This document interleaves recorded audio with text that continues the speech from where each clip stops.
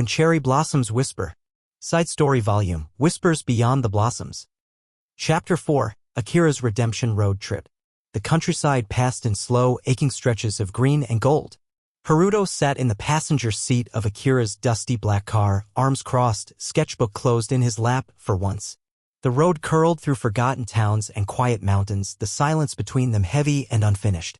You know, Haruto said finally, eyes fixed on the fading sky, you didn't have to kidnap me. Akira smirked from the driver's seat. I didn't kidnap you. I offered ramen and you got in. That's consent. You said quick lunch, not 4-hour drive into emotional doom. Akira chuckled but didn't deny it. Outside the window, fields rustled.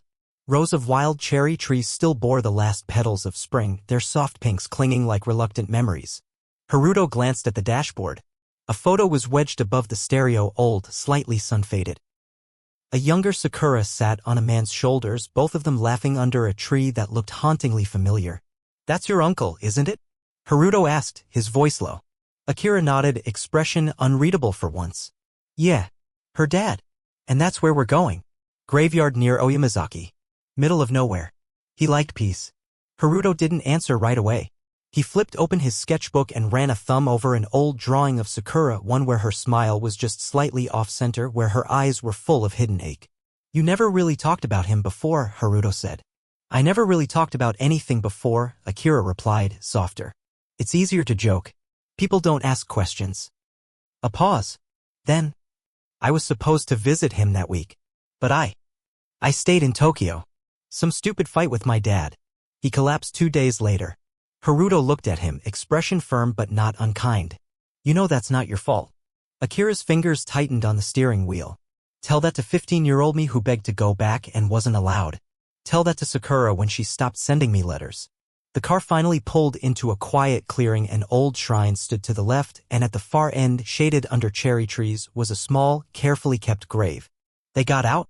Akira walked ahead slowly, like each step weighed more than the last. He knelt down, brushing away a few fallen petals, and placed a small bundle of fresh flowers at the base of the grave. Hey, uncle, he murmured. Sorry I'm late.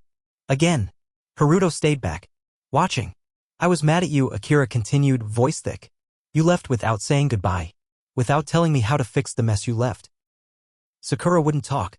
My dad pretended nothing happened. I tried to be the idiot clown so no one else broke. Silence. Then, but you know what? I think you'd like who she became. Sakura. She's strong. Too strong sometimes. But Haruto's there. You'd like him too. He draws people better than he draws buildings. Haruto blinked, a bit caught off guard. Akira looked back at him. I've always been the idiot in this story. But I'm not anymore. I want to do something real. Something that roots me instead of running. He reached into his bag and pulled out a wooden sign, handmade, carved with care. Blossom Roots Cafe, Tokyo, opening soon. Good food, real stories, and a little bit of chaos. I named it after the tree you planted, Akira said. The one Sakura used to fall asleep under. He turned to Haruto and added, I want her to see it. One day. I want her to know it bloomed just like she did. Haruto stepped forward quietly and pulled a small sketch from his pocket, a drawing of the cherry tree from their high school courtyard where Sakura once cried in his arms. He tucked it into the flowers. Then let's make sure she sees it, Haruto said. Later, as they sat on the hood of the car eating onigiri under the dusk sky, Akira leaned back with a sigh. You know, he muttered, for someone who hates talking, you're weirdly comforting. Haruto shrugged. For someone who flirts with anything that breathes, you're weirdly loyal.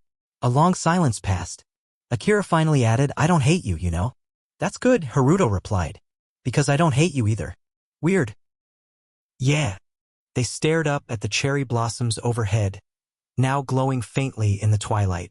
I think we're brothers now, Akira said. Please don't. You can't stop it. It's official. Haruto sighed, but didn't move away when Akira leaned against his shoulder.